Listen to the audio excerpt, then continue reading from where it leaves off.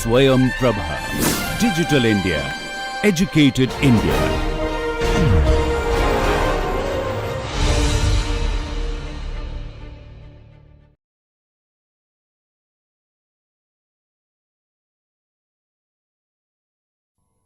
Okay, so let's continue our discussions related to PN junction diodes.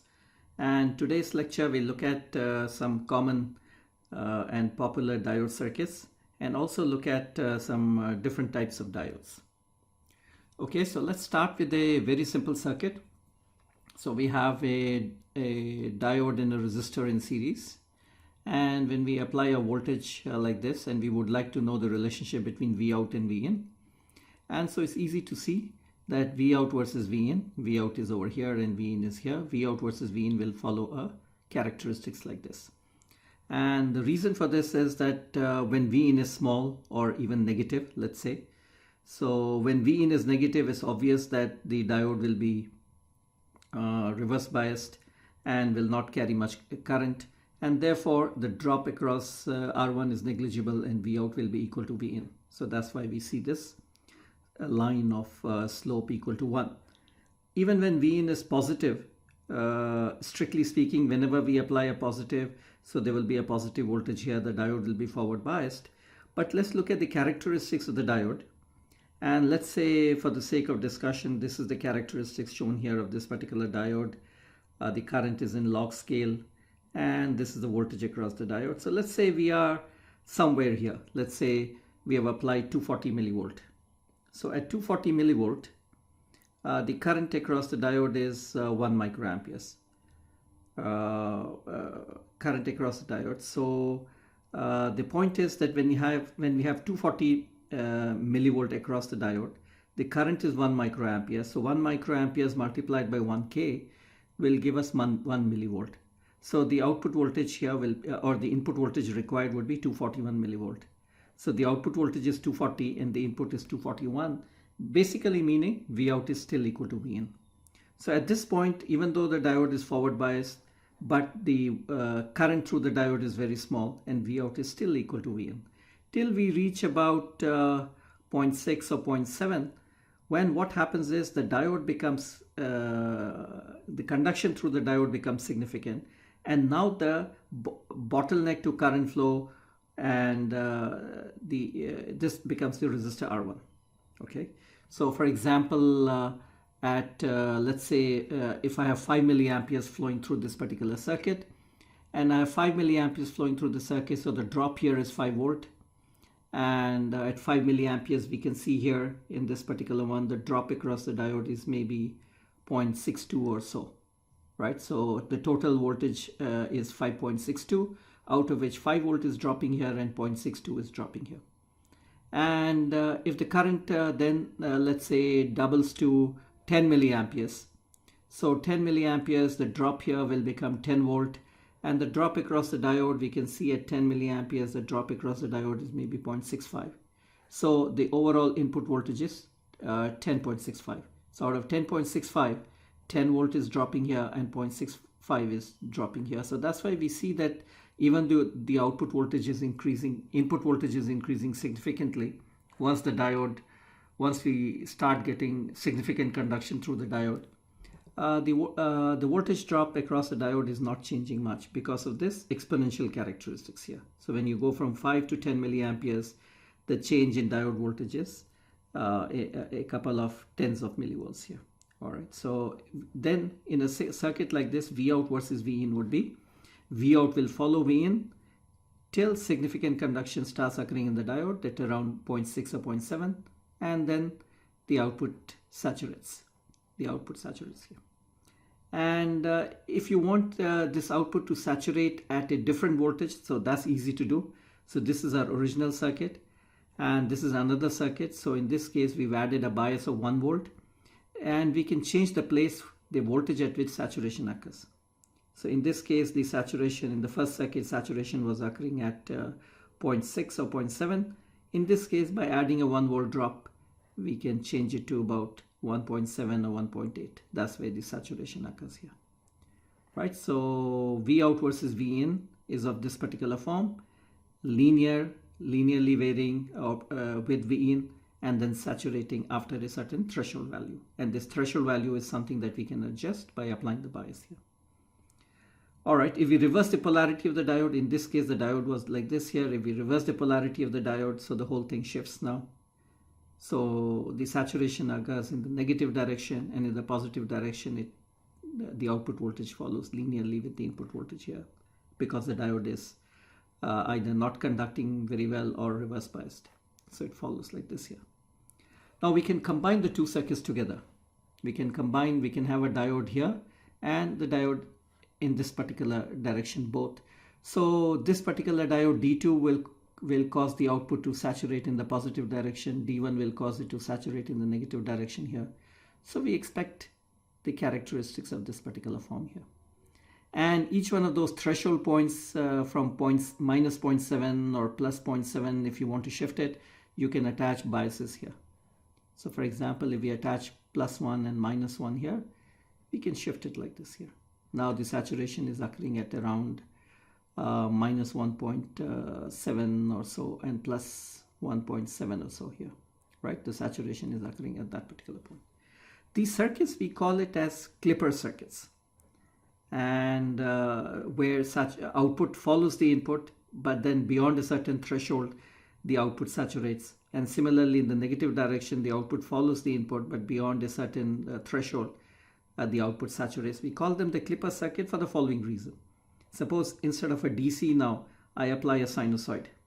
So the input is a sinusoid. In this case, we are applying a 4-volt sinusoid here, the blue line, 4-volt sinusoid. So what will happen is V out will follow V in till this particular branch turns on at around 1.7 or so. So V out will follow V in. So that's what we see. The red graph, V out follows V in. But after about 1.7 volt or so, the output will saturate, and so the output saturates here. So it's as if this part of the waveform, input waveform, has been clipped. It has been removed from the output here. Similarly, in the negative direction, it follows the input here. But then when you reach this particular part here, then the output saturates here. And this portion of the waveform is clipped here. So these are clipper circuits. And we can clip at 1.7, or if you want to clip at 2.7, you change it to 2. And you can, by varying these biases, you can clip it at different voltages that are there here. So these are useful circuits. If you don't want, let's say, your device, let's say, can tolerate only maybe 2 volt, and beyond 2 volts, let's say the device can get damaged or something of that sort may happen. So you can clip it at 2 volt here by applying, let's say, at 1.3 volt here, 0.7 and 1.3 will clip it at around 2 here. So these clipper circuits are useful, and you can do this with the help of diodes, diodes that are there here. All right, so let's look at another circuit, a clamper circuit.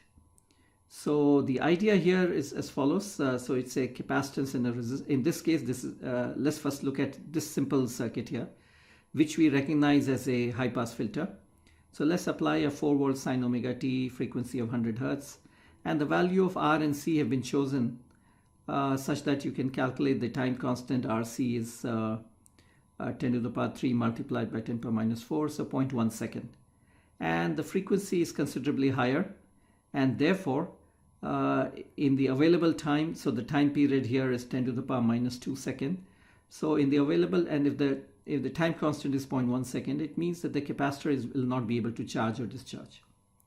And it's for that reason that the capacitor would practically act as will be transparent, and V in will effectively pass through.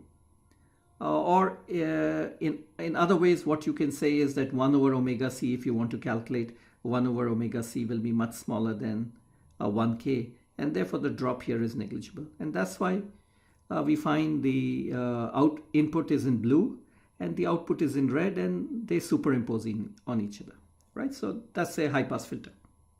But things become interesting if I add a diode to it. So let's add a diode in this direction here. So now what would happen is, in the positive direction, what would happen is the Earlier, the capacitor, when the waveform goes positive, the capacitor could not charge because the time constant was too small. But now there is a diode here. So the moment the input voltage exceeds, let's say 0.6 or 0.7 volt, the diode starts conducting. And once the diode starts conducting, it provides a very low impedance path. So the capacitor will charge up. And will charge up to about, if we take the drop across the diode as 0.6 or so, so it will charge up to about plus around 3.4 volt or so. Now let's look at what happens then.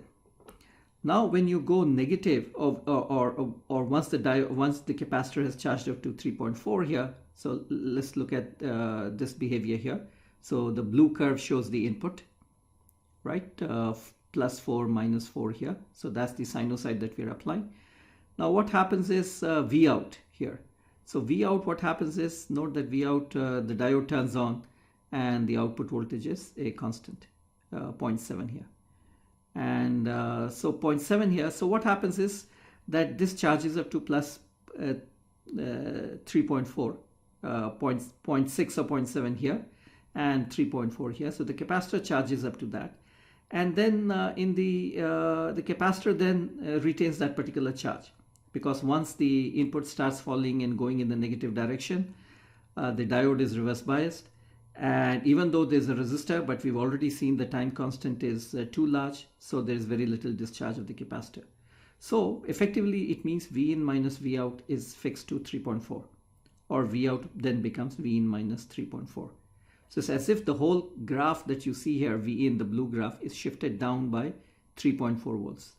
If we had an ideal diode, this would have been 4 volt and the whole graph would have been shifted down, and the whole graph would have been, the whole curve would have been basically in the negative direction. So in that sense, a negative clamper. All right, so this is what it shows here, that initially this is the same graph initially, but diode current is shown here. So the moment the input voltage exceeds about 0.6, the diode starts conducting. The diode starts conducting here and the capacitance gets charged. Once the capacitance gets charged, the diode current falls to 0 here. And the capacitance then almost retains this charge once the voltage is going down and it goes negative, there's a little bit of discharge through this R1 here. And in the next cycle, the diode turns on for a small while, short while to restore the capacitor voltage here. All right, so if we reverse the polarity of the diode, same thing happens, but then it becomes a positive clamper. So in this case, the diode will start conducting in the negative direction and will charge up the capacitor to, with this polarity shown here, with minus 3.4. And then once it is charged up, the capacitor retains this voltage and charge. And so V in minus V out will be equal to minus 3.4, or V out will be equal to V in plus 3.4. So again, if the diode had been ideal, this would have been minus 4 volt, and this whole thing would have been V in plus 4 volt here. So the whole graph would have been shifted up like you see here. The blue one is the input, and the whole graph has been shifted up in the positive direction here. Is a positive direction here, and there's very little negative component. The negative component is only the diode drop that you see here. And with the ideal diode, there would have been no negative component at all, and the entire voltage would have been positive. Okay, so that's a interesting circuit where you can shift the whole graph in the positive direction such that there is no negative component at all, or shift it in the negative direction such that there's no positive component at all. So you can do these things with a capacitor and a resistor and a diode like this. This is a circuit that we had seen earlier. It's a peak detector circuit simply with a diode and a capacitor here. And so the idea is again same as the input. Let's say the capacitor is initially uncharged. So what happens is the input, positive input here, will turn the capacitor on, and the capacitor will charge up. But the moment the input starts falling, the diode is no longer conducting, and the capacitor will retain its charge till the input again exceeds the capacitor voltage here. Then again the capacitor will charge up, and then it will remain there during all this phase because the diode is reverse biased. The capacitor voltage is larger than the input voltage here. Then again, if the input voltage happens to become larger than the capacitor voltage here, then again the capacitor will charge up to that particular voltage here. So like that, the capacitor voltage follows the peak of the input here. So whatever is the peak voltage received so far, the capacitor voltage is equal to it, if we assume that this is an ideal diode then. So this circuit then is a circuit which can find the peak value of the input voltage that is there here. So it's a peak detector circuit. The next circuit is also interesting. It's a voltage doubler. So we have a sinusoid 10 volt sine omega t, and from 10 volt sine omega t we'll generate a voltage, output voltage, which is a DC, which is equal to 20 volt, right? So the circuit is shown here with a capacitor and a diode and another capacitor here, and this is the behavior of the circuit here. So again, in blue we have the input, and in red we have the output here. In red we have the output here, and in green we have this particular intermediate node here. This green is this intermediate node here. All right. So the way the circuit works is based on the two circuits that we have discussed earlier. This is a clamper circuit. So this clamper circuit, what it does is it shifts. Remember, it will shift the entire voltage in the positive direction. So whatever is the input 10 volt sine omega t, it will shift it up by, if we neglect the diode drop, shift it up by 10 volts here, so that the entire voltage is positive. So that's what is happening at this node here, the green. Note that it's almost positive here. The whole thing has been shifted here. So it has been shifted up by almost like 10 volt here. So it starts from 0 and goes up to 20. And it's not exactly 20 because of the diode drops and that are there here. If we had ideal drops, ideal diodes, it would have gone up to 20 here. And we can see getting very close to 20 after a few cycles here. And so that's a clamper. So it's shifting up. And this part of the circuit is nothing but peak detector that we just saw. So so once you have a waveform which goes from 0 to 20, and this one is a peak detector circuit here, so it detects the peak value, which is 20, and therefore gives you a 20 volt output here. So from 10 volts to we are able to get a 20 volt DC value here. Okay, so that's using a clamper and a peak detector. If you're wondering whether we can make a tripler or a quadrupler, the answer is yes, we can do that. So this is the circuit of a voltage tripler. And to understand this circuit, note that we already had this circuit which was a voltage doubler that we just discussed. And so the idea in this circuit is that instead of a ground here, if we can take the ground, and instead of that, let's say your input is 10 and you want 30 volt. So this circuit is already doing 20 volt, taking 10 and converting into 20. But if instead of ground, if I can add a 10 volt here. So if this is 10 volt, so this is 20 volt was with respect to ground. So instead of that, if I can connect these to a 10 volt here, then the output would be 30 volts here. So that is what is done in this circuit. Note that the ground connection has been removed, and this part has been connected to this part of the circuit here, right? And what will this part of the circuit do? Note that in the positive, the moment I go in the positive cycle here, this part of the diode will turn on. And if you assume that the diode drop is negligible, this node will charge up to 10 volt. And once it charges up to 10 volt, it's not going to discharge, because the discharge path is either through this, and the discharge path is not available. So this is what happens here. It takes a few cycles for this to happen here. So note that it is going towards 30 volt. Again, because of we don't have perfect diodes, so there are drops here, so it doesn't reach the full 30 volts that you see here. But if we had ideal diodes, this would have gone up to 30 volts or so. Okay, so this is a voltage tripler circuit. All right, let's shift gear and look at another aspect of the diode. So far we've been relying on the fact that the diode is a rectifier passing current in one direction and blocking the flow of current in the reverse direction here. In this case, if we examine the diode characteristics, we note that the diode characteristics is temperature dependent. And one temperature dependent is obvious. Vt, the thermal voltage, is kT by Q here. There's a direct temperature dependence. And the other one is in this particular term here, Is. The saturation current, the reverse saturation current, is also highly temperature dependent.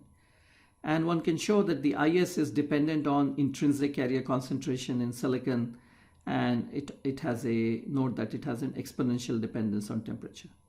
So if you increase temperature, Is will note that e to the power minus here. So if you increase temperature, intrinsic carrier concentration in the device increases rapidly, and therefore the saturation current also increases rapidly. So there are two terms. This term is increasing with temperature and will try to cause this particular term to decrease. But with increase in temperature, this term increases. And it turns out that this term is dominant. And therefore, if you bias a diode at a fixed voltage here, and you raise the temperature, then the diode current will increase. Right? And or in other way, what we can do is we can take a diode and bias it at a fixed current. So if we do that, then the diode voltage is Vd equal to Vt ln I naught by Is plus 1 here. And one of the common mistake that makes one writes down a diode expression like this is we can see Vt and we think that with increase in temperature the diode voltage should increase with temperature. But as we just said, Is is the dominant term here. This is also significant, but the effect of Is overcomes this particular effect here. So the diode voltage actually decreases here, because as you increase the temperature, this term increases significantly, and this term then decreases significantly. And for silicon diodes, a sort of an empirical law or a rule of thumb is that the diode voltage decreases at the rate of around minus 2 millivolt per degree Celsius. So for every 1 degree increase in temperature, the diode voltage will drop by minus 2 millivolt if you bias it at a fixed current. So for example, if the diode voltage is 0.7 at 27 degrees Celsius, which we take as room temperature, then at 100 degrees Celsius, the diode drop would be 0.7 minus 2 millivolt, and the excess temperature over room, which is 100 minus 27, so it will be only 0.554. Right, so at that particular point, so if you're wondering where would I encounter 100 degrees Celsius, well, there are circuits which are used, let's say in an automobile where temperatures can rise. Even in a microprocessor circuits, because of a lot of power dissipation, the internal chip temperature could be 70 degrees, 80 degrees. It could be of that particular level. Okay, so this is something that we need to be aware of, that the drop across the diode will change with temperature, and as the drop changes, then it will have a consequence for other parts of the circuit. The current may change, or other things may vary in the circuit here.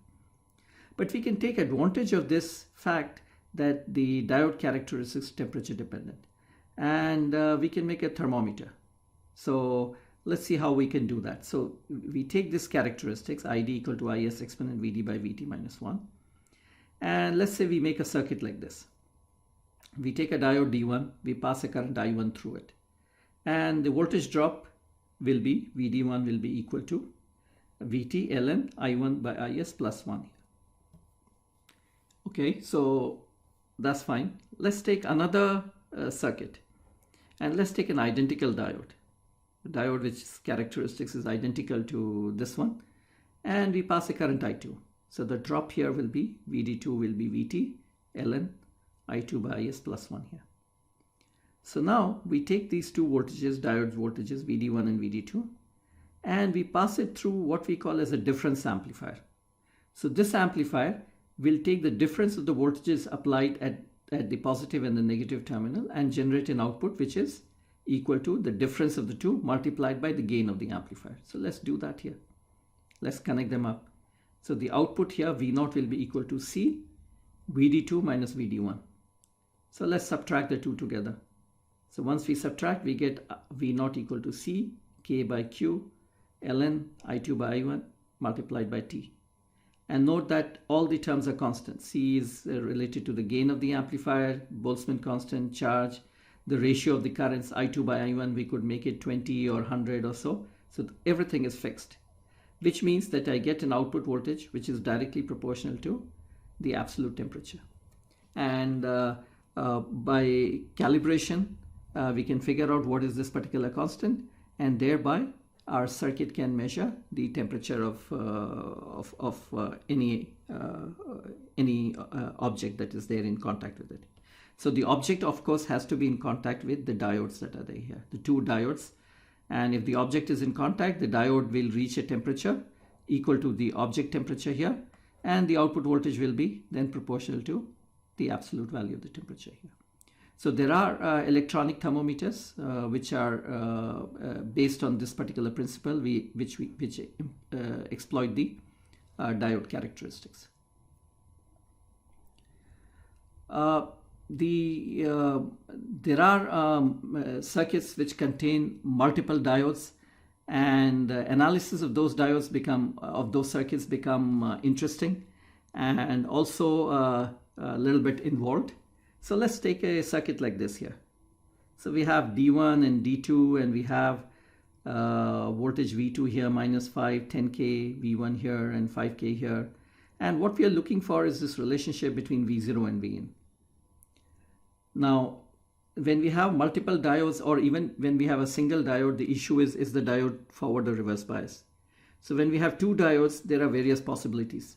Both diodes can be reverse biased, D1 can be forward and D2 can be reverse, or vice versa, or both can be reverse biased, or both can be forward biased. So these four possibilities exist. And it's not that all four possibilities will always occur in a circuit, but these are the four things that need to be explored. So in this case, what would be V0 versus Vin? Well, V0 versus Vin would follow a graph like this here.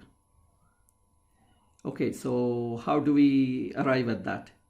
So if we examine this particular circuit here, let's look at, so we start off Vin, which is, let's say the problem asks what is V0 versus Vin, as Vin is taken from -5 to, let's say, +10 or so. So from -5 to +10. So let's say Vin is -5. So Vin is -5 here. It's highly negative. And if we examine this circuit, this part of the circuit, so let's assume that D1 is off for a moment. If we examine and check whether this is really true or not. So we have 5 volt here and 5K here, and we have 10 and -5. So we note that this voltage would be higher than this particular voltage here, because we have 5 passing through 5K here, and you have -5 going through 10K here. So this voltage will be more than this particular voltage here.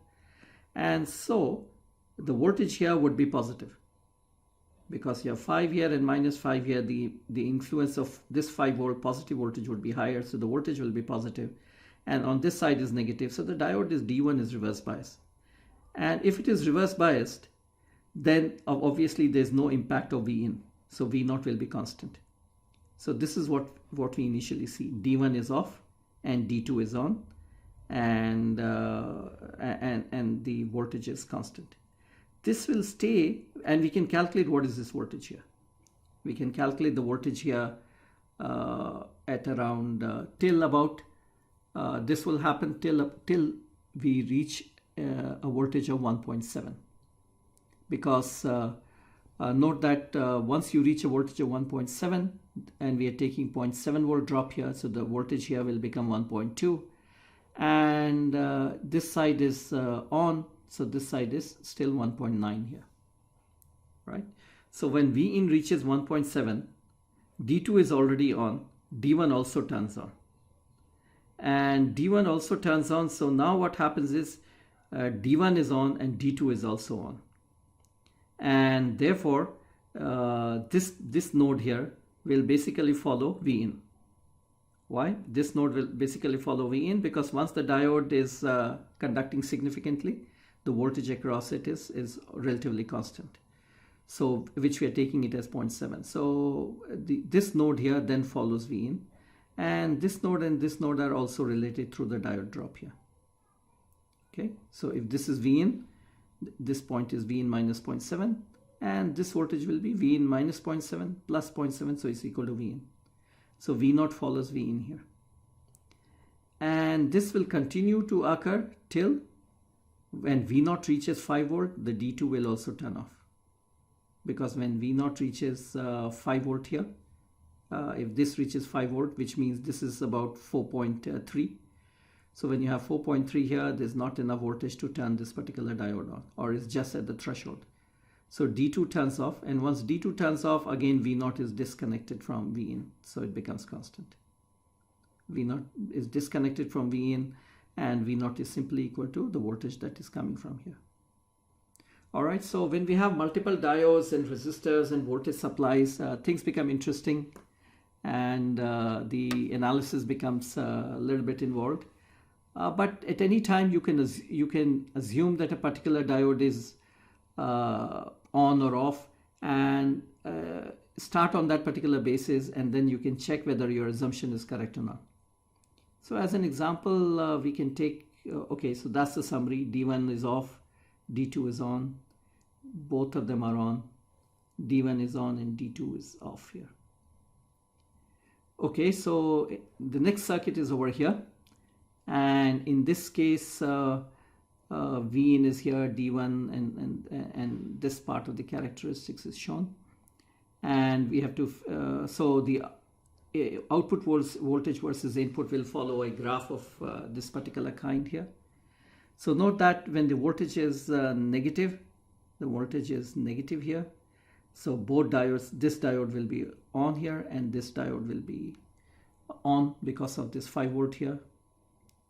And I will leave it to you to verify this. Both diodes are initially on. As Vin increases, eventually D2 turns off. As Vin increases here, D2 turns off. As Vin further increases, eventually Dn also turns off. So this is what is happening here. Okay. Anyway, so that's one needs to figure out which diodes are on and which diodes are off at different voltages, and based on that, one needs to draw the characteristics here. Okay, so one starts from let's say highly negative value here, and then figures out that both D1 and D2 is on, and therefore this is constant, and then one finds out at what point this condition then stops to occur, and one will see then that D2 is turning. As you make Vin more and more positive, D2 will eventually turn off here. All right, so let's look at some other diode types. So Zener diode is a very interesting diode, and that is commonly employed in whenever we need a constant voltage drop somewhere in the circuit here. So it's a diode specially designed to operate in reverse bias and in the breakdown region here. So normally we operate many diodes in the forward bias, and in the reverse bias we stay in this particular region. But Zener diode is a diode that is specifically designed to operate, well, you can operate it here, you can operate it here also, but the advantage of Zener diode is that you can operate it here. Normal diodes, you should not go into the breakdown mode because uncontrollable amounts of current may flow and they may get damaged.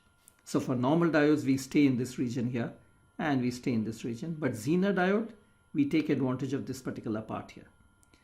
And the advantage of this particular part is that the diode is in the breakdown mode, and this part of the characteristics is very, very sharp. And so very sharp here, so you can see that the voltage is almost constant, even though variable amounts of current may be flowing here. The current could be 1 milliampere, the current could be 10 here, the current could be 50 here, but the drop is almost the same. So Zener diode in this place acts like a constant voltage drop device here. And this voltage here is what we call as the Zener voltage here. So Zener diodes will be, if you want to purchase Zener diodes, you will purchase it according to, for example, the different kinds of Zener voltages. You can get 3 volt Zener voltage, 3, 4, 5. I'll just show you a data sheet. And this part is ideally a vertical line, but in practice it has a certain slope here, so it has a certain resistance here. So the slope is del I by del V will be equal to Rz, which is the resistance of the Zener diode in this particular region here. So this is the symbol of the Zener diode here. So to distinguish it from regular PN junction diode. And note that Zener diode will conduct current in the reverse direction if the voltage across the Zener diode is equal to Vz or a little larger than Vz. Okay. But if you are in this region, the Zener diode will be like a normal diode with basically with practically like an open circuit. And in forward direction, the Zener diode is like a normal PN junction diode. Okay, so we think of Zener diode, once you are in that vertical region, steep region here, we think of Zener diode as almost like a constant voltage, like a battery. The drop across it is a constant. So we model it, electrically we model it like this. And if you want to be more accurate, you can include a resistor RZ also.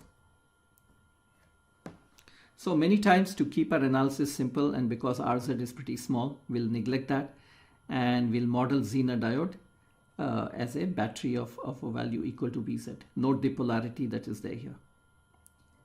But you have to make sure that you are in the breakdown mode here. Okay, so that is something that we need to do. So for example, if we look at 10 volt here, let's look at the circuit. We have 10 volt, we have an R, and we have a Zener diode connected. So it's obvious that note that the diode is reverse biased. The 10 volt will reverse bias the diode. Are we in that breakdown mode or not? If you're not in the breakdown mode, then the current would be negligible. I would be 0, and therefore this entire 10 volt will come here. Now Zener voltage is 5.6, so we know that we will go into the breakdown mode, right? So it is operating in the breakdown mode, and in the breakdown mode, what will the Zener diode act like? Basically like a battery of a value 5.6, right? So the current that will flow is the 10 volt minus Vz by R, and if Vz is 5.6 and you want a current of let's say 3 milliamperes, right? So then you can find out you have to connect 1.47 kilo. And there would be a power. Note that normal diodes in the reverse bias, they have very little current, so there's very little power dissipation. In the forward bias, they have a lot of current flowing through them, but the voltage drop across the diode is small, and therefore the power dissipation is also not that large. It is significant, but it's not that large because the diode drop is small. But in the Zener diode case, the voltage across the Zener diode is significant, 5.6, and there may be significant current flowing here. So the power dissipation in Zener diode becomes important, and we need to make sure that the power dissipation in Zener doesn't exceed the rating that the manufacturer has provided. So these are examples of some Zener diodes that I've shown over here. Note that there are a variety of Zener diodes. So power dissipation is limited to, for example, for all these class of Zeners, power dissipation is limited to 1 watt. And let's look at the characteristics, some of the Zener. So note that you can get a Zener diode with 3.3 volt, 3.6, 3.9, continuously 10, 11, 12. You can get all kinds of Zener diodes that are there here. And note that the Zener resistance is 7 ohms, 8 ohms, 9 ohms, small resistance that is there here. Okay. There are other characteristics, but let's not worry about it. So the important characteristics of Zener diode is the Zener voltage, obviously, Vz. The other one is there is a maximum current that the manufacturer will list here. If we go back here, note that there's a maximum current Iz maximum that has been written there here, right? So every Zener will have some maximum current. Beyond that, the device may get damaged here. So Iz maximum.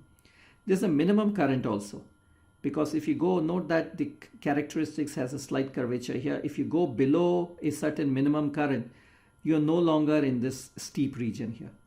And the Zener diode will not behave like a constant voltage here, and here, there may be a significant variation in voltage here. So there's a and it's no longer in this constant voltage drop case here. So there's a minimum current also, and as we just discussed, there's a power also here. So when you're using a Zener diode, you have to make sure for whatever application that you have chosen, VZ as proper, IZ maximum and IZ minimum, you have to make sure that your circuit is not allowing current to exceed this value, and neither should the current fall below this value. Otherwise, the Zener will not act like a battery of VZ or so, with a voltage drop of VZ. Note that I'm using the word battery. Is not a source of power. Battery only in the sense battery is a constant voltage element here. So the word battery is being used only as it's only a model to indicate that the drop across the Zener diode is constant here, VZ. And you have to make sure that you don't exceed the power dissipation in the Zener diode. So power dissipation in the Zener diode will be equal to VZ multiplied by at whatever current you are, whatever current between these two limits that are there. You have to make sure that that is obeyed also. So a very simple circuit with a Zener diode, with a resistor and a Zener diode like this here. So note that in the positive cycle, so this is the input here in blue. In the positive part here, as long as the voltage, input voltage is less than, the Zener voltage is 3 volts. So as long as it is less than 3 volt, the Zener diode does not conduct. It's in reverse bias, and therefore V out equal to V in. So output voltage in red follows the input voltage here. The moment the input exceeds the Zener voltage of 3 volt, the Zener diode acts as a constant voltage element here of 3 volt here. So it is fixed here, 3 volt here. And the moment the input falls below 3 here, then we are no longer in the Zener mode of operation. So it acts again as an open circuit, and the output follows the input. Once I go in the negative direction, then the diode is forward biased. And in the forward bias, we have seen that at around this circuit begins to clip at around minus 0.6 or so. So this is what is happening here. Once it gets significantly forward biased, the output will become fixed at minus 0.6 or minus 0.7 or so, and will stay there. Okay. And in terms of V out versus V in, we have a curve like this here. So it is clipping, if you want to think of it, it's clipping at around Zener voltage of 3. In the negative direction is clipping at minus 0.7 or so. All right, another kind of a diode which we are all familiar with are called light emitting diodes. So we are familiar with, we have a red light emitting diode and a green and a white. If we open up, if we remove this particular case, we'll see a piece of semiconductor, which is basically a diode. And that semiconductor is biased, as you can see here. One side is anode and the other side is cathode here, so that passes current. And it's the current which gets converted into light here. So it's basically a PN junction diode. So let's see how it operates. So this is the picture that we had used earlier. We have a PN junction diode. This is the depletion region. P region has a lot of holes and we have a lot of electrons. So if we forward bias it, we had seen that the holes are injected into the N region. The holes find a lot of electrons and the holes will recombine with the electron here. And when the holes recombine with the electron, what happens is a photon is emitted. Because when an electron falls into the conduction valence band, it gives this energy as a photon. Similarly, the electron here may go here, will recombine with the hole, and again you get a photon, right? So what is happening is the electrons are falling into the hole here, and you're getting a photon. The excess energy that was there is released in the form of a photon here, right? And so the is basically the energy gap Eg, which decides the wavelength of the light, or the light which is emitted, that is there here, right? So a silicon PN junction diode does not emit light. One has to use other materials. For example, there are semiconductors which are called compound semiconductors made up of 2 different elements, such as gallium arsenide. And so one has to use some other kinds of semiconductors to get light output here. And so this was the person, Nick Holoniak, who invented the first LED. This was in 1962, and it was a red LED using a compound semiconductor called gallium arsenide phosphide here. And I've put his picture up because he was also to honor my teacher when I was a student at University of Illinois at Urbana-Champaign doing my PhD. I took 2 courses with him on related to light emitting diodes. So, and he himself happens to be student of John Bardeen, who invented the transistor. And so Nick Holoniak invented the LED in 1962. So what he invented was red LED, and after that, yellow and orange LEDs were invented. But people had a hard time developing blue LEDs. And it almost took 30 years for blue LEDs to be developed. And the person who's credited with that invention is Shuji Nakamura. So blue LED, and the blue LED, remember we said it depends on the band gap of the semiconductor, the wavelength of light. So a higher band gap material, gallium nitride, he used. And a lot of people had been working with gallium nitride, but the making blue LEDs was really hard. But he was able to do that. And in 1992, so almost 30 years passed. And for that particular invention, he got a Nobel Prize in 2014. Mainly because, if you want to use LEDs for a lighting purpose, lighting at home, you need a white light. And white light is commonly made by combining a blue with a yellow. Or you need all 3 colors, red, green, and blue. So this blue and green was missing, and red and orange kind of a LED was available. And when he came up with this blue LED and also green LED, then it became possible to develop white LEDs. And that's where the lighting revolution, the replacement of bulbs by LEDs began because of his invention. And because of the importance of his invention to the field of lighting, he was honored with the Nobel Prize in 2014. Let's look at another application, or another very, very important application, which is that PN junction can also act as a solar cell. In fact, the common PN junctions that we see, common solar cells that you see, are all PN junctions. And so this is the picture of solar radiation. And in yellow, we have the solar radiation at the top of the atmosphere, outside the atmosphere here. And it's pretty much, you can see here, the gray one is a black body radiation curve here. So the sunlight at the top of the atmosphere pretty much follows a black body radiation with a temperature of around 5,000 degrees Celsius. But then as the sunlight goes through the atmosphere, it gets absorbed, scattered, and what reaches the surface is this red graph that you see here. So it's not only has a reduced intensity, note that this is in amount of radiation is being measured in watts per meter square of the area per nanometer, because it's a spectrum, so per nanometer of the wavelength here. And so you have all these absorptions occurring due to water and oxygen, so you have these dips that you see here. So the red one is the actual radiation which reaches the Earth's surface here. Note that a lot of radiation is in the infrared region here.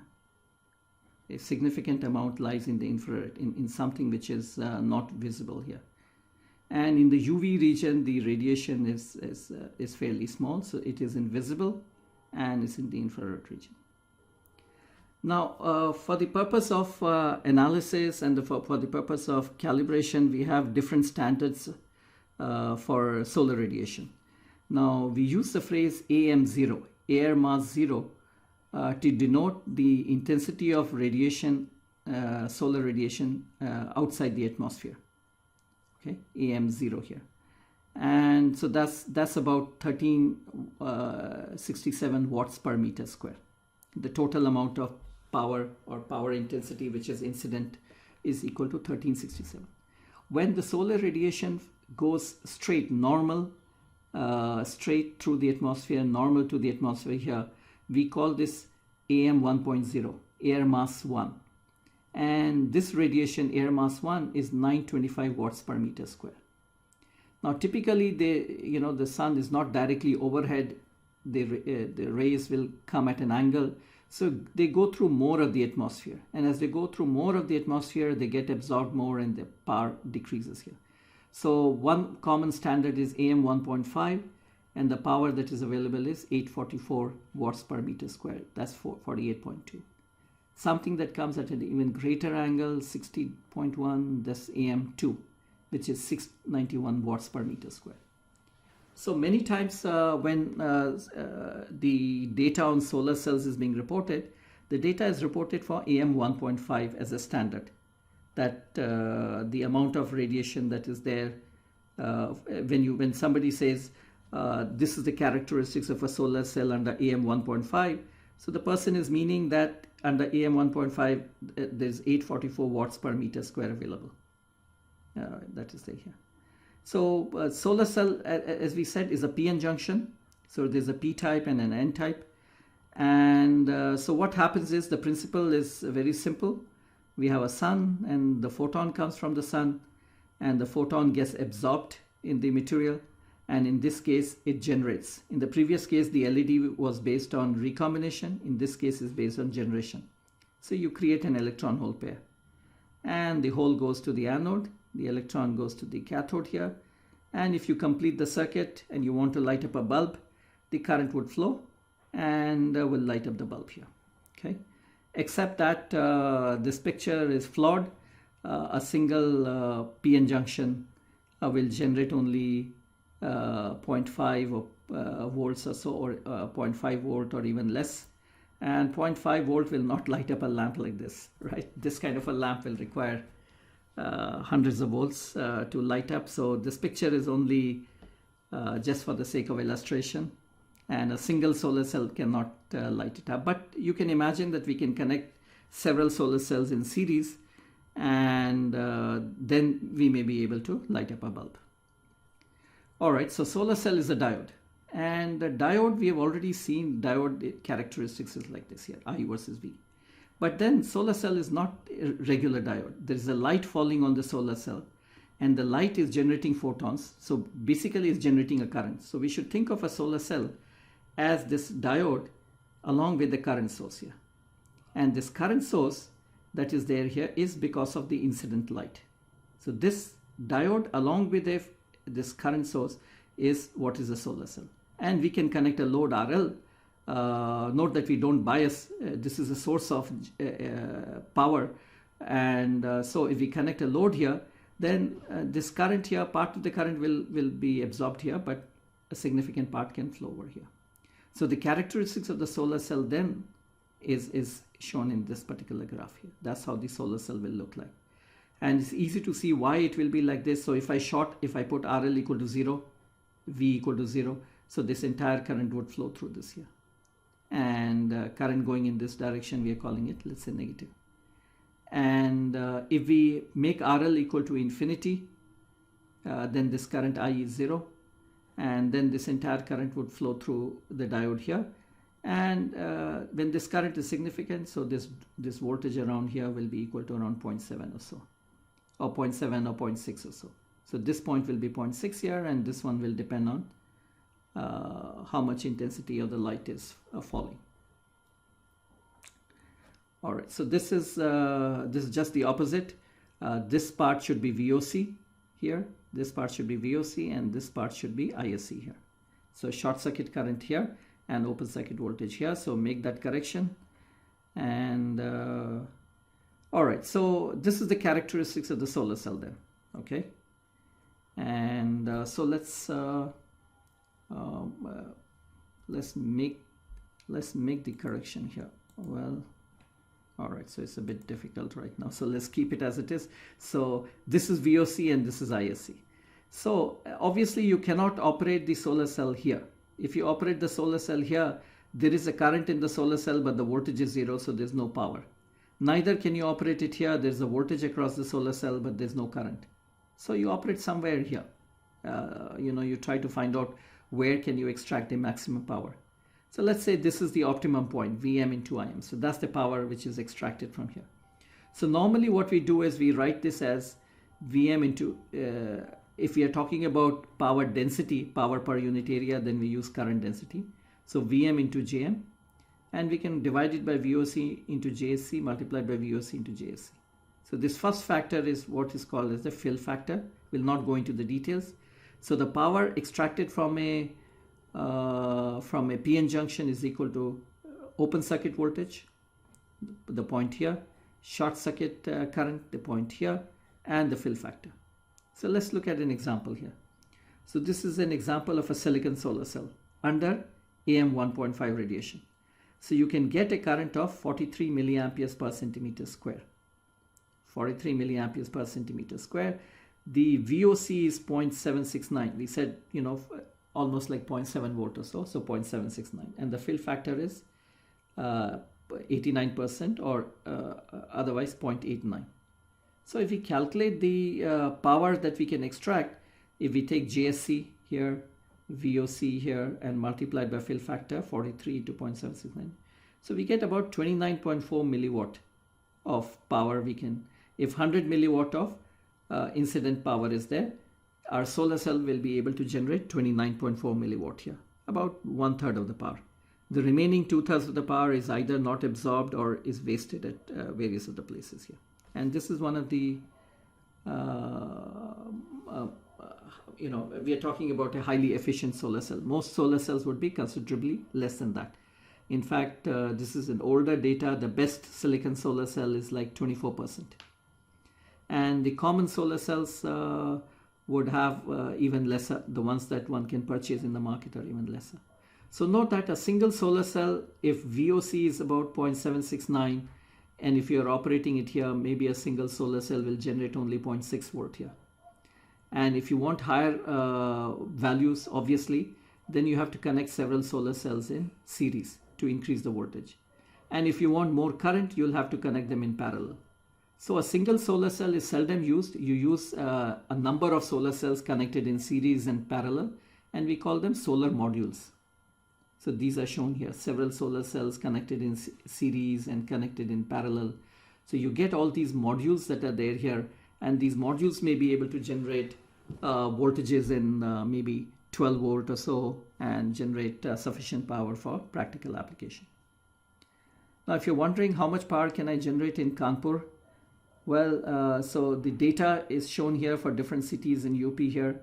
So in Kanpur, for example, effectively what you get is the amount of radiation that you get varies, being less in January and more in May, obviously here, 6.54. So this is in kilowatt, how much energy, solar energy is available per day. So in kilowatt hours per day per meter square.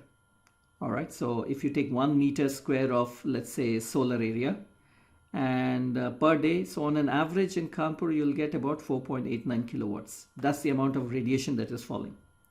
And an 18% efficient solar panel would then generate about 0.9 kilowatt hour here. So if you took a solar panel which covered an area of 1 meter square, you may be able to get 1 kilowatt hour on an average per day. That's the kind of power that is there here. All right, so PN junction also acts like a photodiode or a detector. And that's also extremely important because light is used for communication. Fiber optic cables are everywhere. And much of high-speed internet that we enjoy is because of fiber optic based communication. And photodiodes, PN junctions as photodiodes or detectors play a very important role. So photodetectors is a specially designed reverse bias PN junction which is used to detect light here. So you have a PN junction and is designed to increase the depletion region here. Depletion region width here. So we'll not go into the details. Note that it is reverse biased. And so the idea is when you have light coming in, light gets absorbed just like in a solar cell. But the purpose here is different. There in a solar cell, your purpose was to generate power. In this case, you have very, very low levels of light falling onto your device and you want to detect it. You want to detect what is the intensity of the light here.